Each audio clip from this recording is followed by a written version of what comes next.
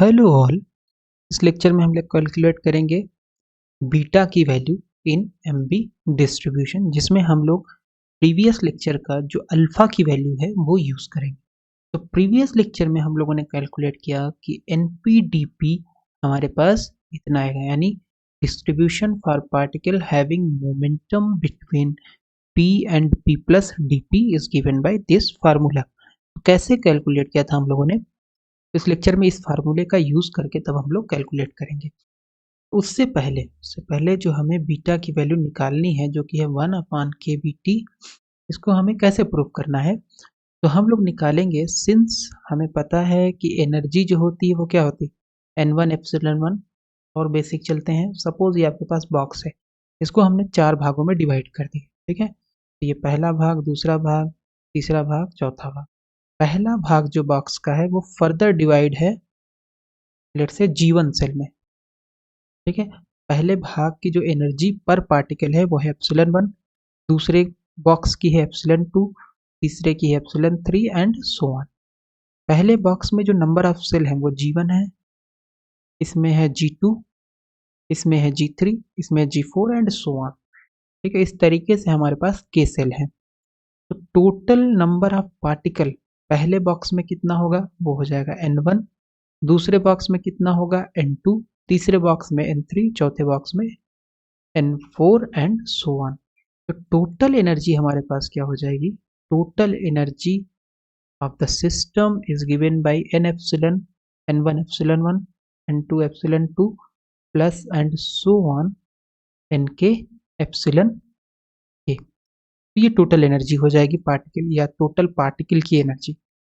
Total gas molecule, अगर हम gas molecule को इसमें रखेंगे तो सपोज ये टोटल मॉलिक्यूल्स की एनर्जी होगी।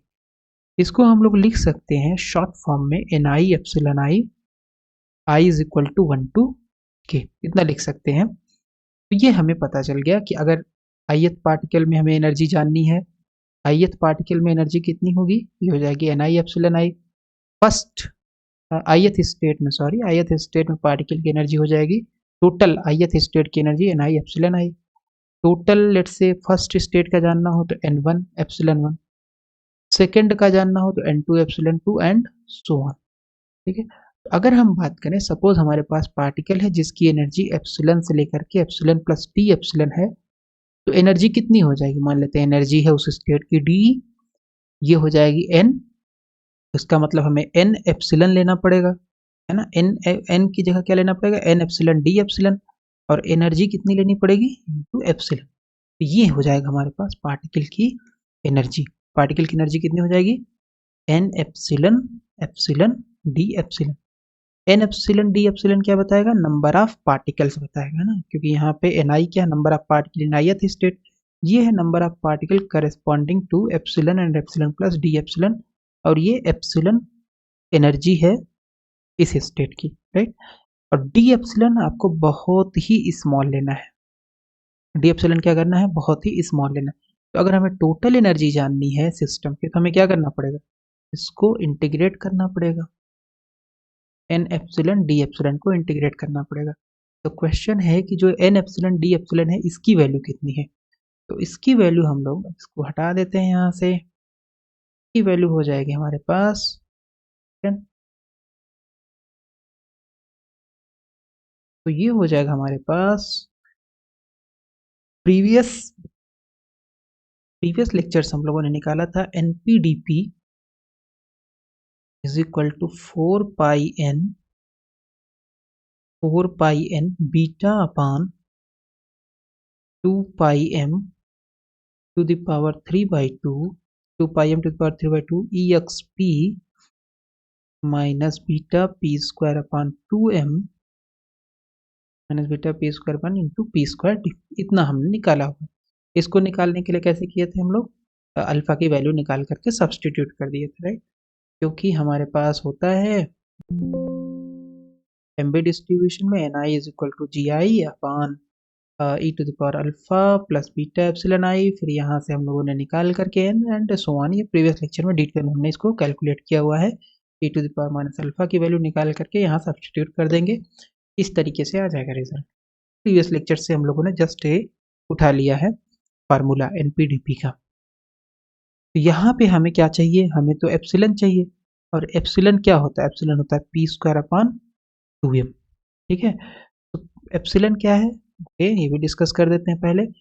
एप्सिलन क्या है, काइनेटिक एनर्जी, ये है काइनेटिक एनर्जी। काइनेटिक एनर्जी होता है half M V square, M से ऊपर नीचे मल्टीप्लाई कर देंगे तो M square V square upon 2m हो जाएगा, या एम वी का होल स्क्वायर अपॉन 2m हो जाएगा, या P बराबर एम वी, तो इस एम वी की जगह रख सकते हैं लीनियर मोमेंटम P, और यहाँ पे आ जाएगा पी स्क्वायर अपॉन 2m। तो ये आ गया एनपीडीपी की वैल्यू इतनी है ना। तो हमें चाहिए पी स्क्वायर को हटाना है इस इक्वेशन में से, और यहाँ हमें रखना है एप्सिलन। पी स्क्वायर बराबर है 2m एप्सिलन, और P बराबर है अंडर रूट 2m एप्सिलन। तो dp हो जाएगा, मतलब डिफ्रेंसिएशन इसका करेंगे तो d under root 2m epsilon, तो ये आ जाएगा d अंडर रूट 2m, तो बाहर आ जाएगा क्योंकि ये तो कांस्टेंट है। इसका क्या डिफ्रेंसिएशन होगा, ये बाहर आ गया, बचा d under root epsilon. Okay, तो dp बराबर आ गया under root 2m D under root epsilon. तो अंडर रूट एप्सिलन का डिफ्रेंसिएशन अंडर रूट एक्स का कितना होता है, अंडर रूट एक्स का differentiation 1/2 under root X, under root epsilon का हो जाएगा 1/2 अंडर रूट एप्सिलन। ठीक है, अब क्योंकि यहाँ पे डी है तो हमें एक डी एप्सिलन बाद में लिख देना है ऐसे। तो ये आ गया हमारे पास अंडर रूट एम अपान, सॉल्व कर लेंगे, एप्सिलन है एम है 2 से अंडर रूट 2 है तो एक 2 कैंसिल, तो ये आ जाएगा 2 एप्सिलन डी एप्सिलन, डीपी की वैल्यू आ गई। ठीक है, तो dp की वैल्यू हमारे पास इतनी आ गई। सब्सटीट्यूट करेंगे, इसको सब्सटीट्यूट कर देंगे यहाँ पे ये npdp में, तो कितना आ जाएगा, npdp में सब्सटीट्यूट करेंगे तो केवल RHS में सब्सटीट्यूट करेंगे, LHS तो जस्ट फंक्शन बताता है, n एप्सिलन डी एप्सिलन, तो आ जाएगा 4 pi n beta upon 2 pi m to the power 3/2 exp minus P square upon 2m beta epsilon, P square की जगह, यहाँ पी स्क्वायर की जगह रख देंगे, ये रखेंगे और ये रखेंगे डीपी की जगह पे। ठीक है, तो पी स्क्वायर की जगह रख देंगे 2m एप्सिलन, तो यहाँ बचा minus beta epsilon, P square की जगह 2m एप्सिलन, और यहाँ डीपी की जगह रख देंगे हम लोग अंडर रूट एम अपान 2 एप्सिलन डी एप्सिलन। ठीक है, इतनी वैल्यू आ जाएगी हमारे पास। सॉल्व कर लेंगे, सॉल्व करने के बाद हमारे पास जो वैल्यू आएगी, हम इसको सॉल्व कर लेते हैं। तो ये हमारे पास आ गया, let me just check this, so 4 pi n b upon 2 pi m to the power 3 e power minus beta epsilon ही, और 2m epsilon under root m upon 2 epsilon D epsilon. ठीक है, तो यहाँ पे हमारे पास आ गया 4 पाई n, और बीटा को अलग कर लेते हैं, पाई की पावर अलग कर लेते हैं, है ना, 2 की पावर अलग कर लेते हैं, तो सबको अलग कर लेते हैं, तो ये हो गया 4 है, तो ये हो गया 2 स्क्वायर, 2 की पावर अलग करें तो माइनस, यहाँ से 3/2 पावर जाएगा, ये वाला पावर नीचे है तो माइनस 3/2, और प्लस 1 ये वाला पावर 2 का, और ये -1/2, ये 2 का पावर हो गया। पाई का पावर कितना है, पाई का पावर है 1, यहाँ है -3/2, बस हो गया, फिर 2 हो गया, पाई हो गया, n का तो कोई और है नहीं तो n ही रहेगा, और बीटा, बीटा की पावर कितनी है, बीटा की पावर है 3/2, बीटा और तो कहीं है नहीं, बीटा तो यही है, बीटा की पावर 3/2 क्योंकि पाई m, m की पावर कितना है, m की पावर हो गई -3/2 प्लस 1, है ना, -3/2 यहाँ से, प्लस 1 यहाँ से, और प्लस 1/2 यहाँ से, ये आ गया m की पावर, बीटा की पावर हो गई, m की पावर हो गई, और एप्सिलन, एप्सिलन की पावर देख लेते हैं, तो एप्सिलन कहाँ कहाँ पे, यहाँ पे नहीं, यहाँ पे नहीं, यहाँ पे है 1 - 1/2, 1 - 1/2 हो गया, और ये हो गया आपके पास एप्सिलन का पावर 1 - 1/2, और इसके बाद हमारे पास क्या बचेगा, m हो गया, एप्सिलन हो गया, बाकी सारा कुछ हो गया। यहाँ पे हमारे पास e टू द पावर बचा, exp लिख दें या चाहे e टू द पावर लिखें, minus beta epsilon D epsilon, exp का मतलब क्या होता है, exponential of minus B epsilon. Okay, तो इसको सॉल्व करेंगे अगर हम, तो ये है 2 - 3/2 प्लस 1 - 1/2, तो यहाँ पे 2 आएगा एलसीएम, और ये 4 माइनस 3 प्लस 2 माइनस 1। सॉल्व करेंगे तो 4 में से 3 गया, 1 बचा, 2 1 3, 3 में से 1 गया 2, सो 2/2 दैट इज 1, यह आ जाएगा 2। पाई में सॉल्व करेंगे तो 1 माइनस 3/2 तो आ जाएगा -1/2 पावर, यहाँ बचा n, यहाँ बचा बीटा टू द पावर 3/2 और यहाँ पे हमारे पास आ गया, so this is m। Okay, इसको भी सॉल्व कर, -3/2 प्लस 1/2, एलसीएम लेंगे 2 आएगा, -3 प्लस 2 प्लस 1, 3, 2 1 3 हो गया, 3 हो गया, 0 आ गया, तो m की पावर 0 मतलब ये हो जाएगा 1, m की पावर 0 मतलब 1। एप्सिलॉन की वैल्यू हो जाएगी epsilon to the power 1/2 e to the power minus beta epsilon into D epsilon, इतना आ जाएगा। ठीक है, ये हमारे पास वैल्यू आ जाएगी। इसको एक बार फिर से हम वेरीफाई कर लेते हैं जो हमने ऑलरेडी कैलकुलेट करके रखा है। सो ये आ जाएगा n pi to the power okay okay okay minus beta epsilon 2 pi, सही है। ठीक है, इतना ही हम लोग भी निकाले हैं, ये जो वैल्यू आ रही है इतना ही तो हमारा भी आ रहा है। इसको थोड़ा सा अरेंज कर लेंगे, 2n upon under root pi epsilon to the power half beta to the power 3/2 to the power minus beta epsilon D epsilon. ठीक है, इसको लिख सकते हैं 2n अपॉन अंडर रूट पाई, क्योंकि ये पाई की पावर माइनस है, नीचे लाएंगे प्लस हो जाएगा, beta to the power 3/2 epsilon to the power half और E to the power minus beta epsilon D epsilon, ये आ जाएगा n एप्सिलॉन डी एप्सिलॉन की वैल्यू। ठीक है, तो ये हमने जो निकाला है इसको हमें क्या करना है, हमें निकालना है energy, energy of all the molecules या ऑल द पार्टिकल्स। तो कितनी थी हम लोगों ने प्रीवियस डिस्कस किया है, epsilon n epsilon D epsilon, इतना होगा 0 टू इनफाइनाइट। तो n एप्सिलॉन डी एप्सिलॉन की वैल्यू निकाल के यहाँ सब्सटीट्यूट कर देंगे, तो ये आ जाएगा आपके पास, टोटल एनर्जी आ जाएगी E 0 to infinite epsilon n epsilon D epsilon 2n upon under root pi beta to the power 3/2 epsilon to the power half E to the power minus beta epsilon D epsilon.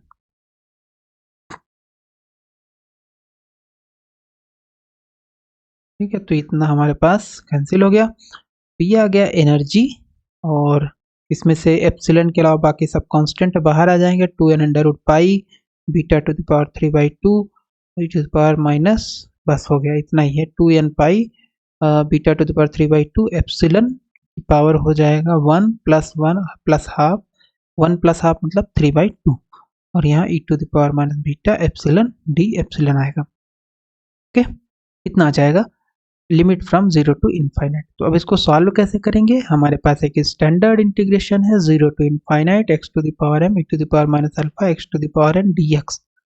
Alpha मान लेते हैं, alpha dash है क्योंकि alpha यहाँ पे नहीं है, ठीक है, अल्फा मान लेते हैं। सो इसकी वैल्यू होती है 1 अपॉन n, स्टैंडर्ड इंटीग्रेशन है m+1 gamma function of m+1 upon n alpha two the power m+1 upon n, इतनी वैल्यू होती है। तो अगर हम कंपेयर करें यहाँ से तो हमारे पास कितना आ जाएगा, हमारे पास आ जाएगा ये, इस इंटीग्रेशन को इस इंटीग्रेशन से कंपेयर करेंगे तो x है एप्सिलॉन और m है 3/2 और अल्फा है आपके पास, अल्फा है बीटा के बराबर इस केस में, और कुछ n है 1, यहाँ रख देंगे तो हो जाएगा 2n under root pi beta to the power 3/2, ये वैल्यू रखेंगे 1 अपॉन n, तो this is 1 upon 1 gamma function m+1 upon n, so 3/2 plus 1 upon n, this is 1, और ये आ जाएगा beta to the power 3/2 plus 1, है ना, m+1 अपॉन n। तो ये जो वैल्यू आ गई, ये आ गई 2n upon under root pi into beta to the power 3/2 और ये आ गया गामा 3/2 प्लस 1, तो ये आ जाएगा 5/2, 3/2 प्लस 1 का मतलब हो गया 5/2, है ना, तो यहाँ रख देंगे तो ये हो गया गामा 5/2 और यहाँ आ गया, यहाँ पे भी पावर भी 5/2 हो जाएगी, तो ये 5/2 है और ये 3/2 पावर है, दोनों सब्ट्रैक्ट होगा तो ये 2n under root pi beta, यहाँ नीचे बचेगा बीटा, ओके, क्योंकि 5/2 है तो नीचे पावर ला के सब्ट्रैक्ट करेंगे तो 5/2 माइनस 3/2 पावर, ओके, तो नीचे पावर आएगा, इतना बचेगा। क्वेश्चन उठता है गामा 5/2 की वैल्यू कितनी होती है, ये होती है एक घटाएंगे तो आएगा 3/2, फिर एक घटाएंगे तो आएगा ये आ जाएगा गामा 5/2 की वैल्यू 3/2, फिर हमारे पास होता है हाफ, फिर होगा under root pi. This is the value of gamma 5/2। ठीक है, तो इतनी वैल्यू आ जाएगी। अंडर रूट पाई से अंडर रूट पाई कैंसिल, 2 से 2 कैंसिल, तो यहाँ पे आ गया ई की वैल्यू 3n अपान 2 बीटा 5/2 है, 5/2 में से 3/2 जाएगा तो कितना बचेगा, ये आ गया 5 माइनस 3/2 और दिस इज 2/2 दैट इज 1। मतलब बीटा की पावर यहाँ पे नीचे बच जाएगी 1। ठीक है, तो ये वैल्यू आ गई हमारे पास total energy using Maxwell Boltzmann distribution. Okay, अब हम लोग यहाँ पे एक यूज करेंगे कॉन्सेप्ट जिसको बोलते हैं इक्विपार्टीशन थ्योरम। तो इक्विपार्टीशन थ्योरम जो होता है थर्मोडायनामिक्स में, उसके हिसाब से यहाँ पे जो हमारे पास एनर्जी होगी from equipartition theorem, from equipartition theorem, from equipartition theorem total energy होती है 3/2n kBT, 3/2n kBT ये होती है, जहाँ पे T क्या है, टेम्परेचर है एक गैस का, और Kb क्या है, बोल्ट्जमान कांस्टेंट, N क्या है, टोटल नंबर ऑफ मॉलिक्यूल। तो इस एनर्जी को इससे जब कंपेयर करेंगे तो आ जाएगा 3/2n kBT is equal to 3/2n 1 beta. 3/2 से 3/2 कैंसिल, n से n कैंसिल, तो आ गया beta is equal to 1/kBT। ये हमारे पास आ गई बीटा की value in Maxwell Boltzmann distribution. ठीक है, बीटा की value in Maxwell Boltzmann distribution. तो यहाँ तक हम लोगों ने कैलकुलेट कर लिया है एनर्जी, और कैलकुलेट करने के बाद जस्ट यूज कर लेंगे इक्विपार्टीशन थ्योरम 3/2n kBT, वहां से बीटा की वैल्यू आ जाएगी। तो इस लेक्चर में हम लोगों ने कैलकुलेट किया बीटा की value in Maxwell Boltzmann distribution.